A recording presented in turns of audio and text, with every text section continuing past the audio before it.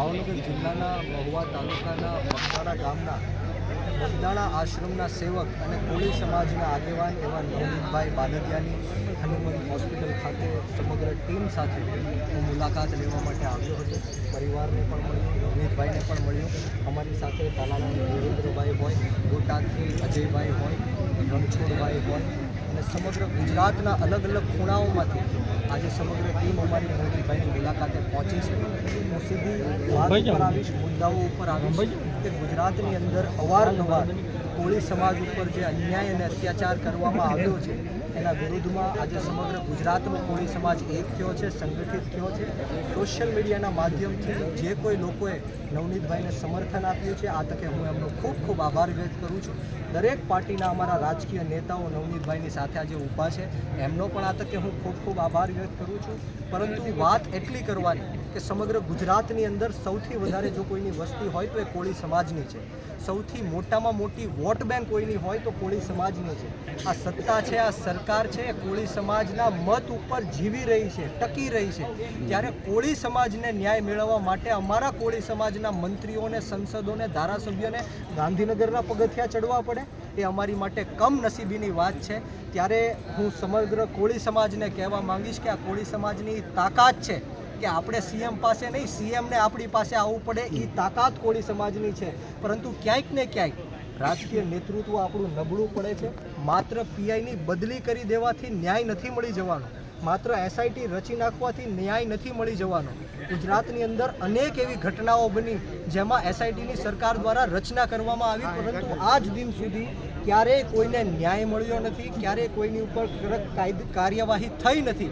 હું તમને મોરબીની જે પુલ દુર્ઘટના છે એની વાત કરું, ગંભીરા પુલ દુર્ઘટનાની વાત કરું, ટીઆરપી અગ્નિકાંડ જે ગેમ ઝોનમાં થયો એની વાત કરું, પાયલબેન ગોટીની વાત કરું. આ બધા મુદ્દાને લઈને સરકારે એસઆઈટીની રચના કરી, પરંતુ આજ દિન સુધી આ માત્ર ને માત્ર કોળી સમાજનો રોષ છે એ શાંત પાડવા માટે છે. આ મુદ્દો ડાયવર્ટ કરવા માટે પીઆઈની બદલીઓ થાય છે, એસઆઈટીની રચના થાય છે, પરંતુ અંતે કોળી સમાજને ન્યાય નથી મળતો. પરંતુ આવનારા દિવસોમાં નવનીતભાઈના નેતૃત્વ નીચે જો નવનીતભાઈ કહેશે તો અમારી 14 જાન્યુઆરી પૃથ્વીપતિ સમ્રાટ વીર માંધાતા મહારાજની જન્મ જયંતિ આવે છે. સમગ્ર ગુજરાતની અંદર રેલીઓ, શોભાયાત્રા થાય છે. ત્યારે આખા ગુજરાતમાં બંધ રખાવીને જો નવનીતભાઈ કહેશે તો 14 જાન્યુઆરીએ બગદાણા ખાતે 1 લાખ કોળી સમાજનું મહાસંમેલનનું અમે આયોજન કરશું અને નવનીતભાઈને ન્યાય અપાવીને રહેશું. આ તકે હું સોશિયલ મીડિયાના માધ્યમથી તમામ યુવાનોને કહેવા માંગીશ કે આ જે લડાઈ છે એ કોઈ સામાજિક લડાઈ નથી, આ વ્યક્તિગત લડાઈ છે.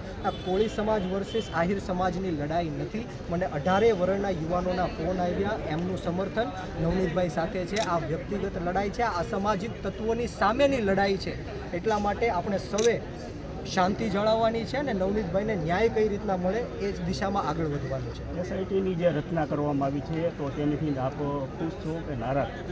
એસઆઈટીની રચના કરવામાં આવી, ખૂબ સારી વાત છે, પરંતુ આ તકે હું સરકારને પૂછવા માંગુ છું કે આની પહેલાં તમે કેટલી એસઆઈટીની રચનાઓ કરીને એમાંથી કેટલાને ન્યાય મળ્યો છે એનું જે રિઝલ્ટ છે એ બહાર જાહેર કરે, ગુજરાતના લોકો વચ્ચે મૂકે કે તમે કેટલી આજ દિન સુધી એસઆઈટીની રચના કરી અને આજ દિન સુધી કેટલાને ન્યાય મળ્યો. એસઆઈટી માત્ર ને માત્ર મુદ્દો ડાયવર્ટ કરવાનું કામ છે. બાકી આજ દિન સુધી અનેકો એસઆઈટીની રચના થઈ. મેં જેમ કીધું એમ કે ગંભીરા પુલની દુર્ઘટનામાં પણ એસઆઈટીની રચના થઈ, પાયલબેન ગોટીના મુદ્દામાં પણ એસઆઈટીની રચના થઈ, ટીઆરપી ગેમ ઝોન અગ્નિકાંડમાં પણ એસઆઈટીની રચના થઈ. પણ સરકાર મને કહે કે આજ દિન સુધી કોને ન્યાય મળ્યો છે ને કોને ફાંસીના પાંચડા ઉપર ચડાવ્યા છે. આ માત્ર કોળી સમાજનો જે રોષ છે એ ઠંડો પાડવા માટે છે. માત્ર ને માત્ર આ ડિવાઈડ એન્ડ રૂલની સાથે સાથે ડાયવર્ટ એન્ડ રૂલનો આ જે પેતરો છે એને કોળી સમાજ સમજી ગયો છે. પરંતુ મારી જેવા કોળી સમાજના યુવાનો આ સાખી નહીં લે. અમે છેલ્લા શ્વાસ સુધી નવનીતભાઈને ન્યાય અપાવીને રહેશું. કોઈ પણ લેવલ ઉપર જવું પડે અમે નવનીતભાઈને ન્યાય અપાવીએ. આમની અંદર તમે કઈ કલમ ઉમેરવા માંગો છો અને જો કલમની અંદર આવનારા દિવસોમાં મેં જેમ કીધું કે 14 જાન્યુઆરીએ વીર માંધાતા મહારાજની અમારી જન્મ જયંતિ આવી છે, તો સમગ્ર ગુજરાતની અંદર અમે વીર માંધાતા મહારાજની જયંતિ ત્યાં બંધ રાખીને બગદાણાની અંદર મોટા પાયે આંદોલન કરીશું, સંમેલન કરીશું અને નવનીતભાઈ માટે ન્યાયની વાત કરીશું. એફઆઈઆરમાં છેડછાડ કરીને આરોપીઓને બચાવવાના કામ થઈ રહ્યા છે. ત્યારે પીઆઈની બદલી એવું દર્શાવે છે કે ચોક્કસપણે આમાં ક્યાંક ને ક્યાંક અધિકારીઓનું, પોલીસ તંત્રનું, પીઆઈની સંડોવણી છે.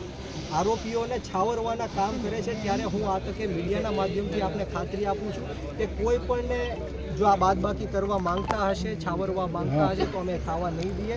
અમે નવનીતભાઈ બાલદિયા માટે છેલ્લા શ્વાસ સુધી લડાઈ લડવાના મૂડમાં છીએ. ઓકે. Thank you.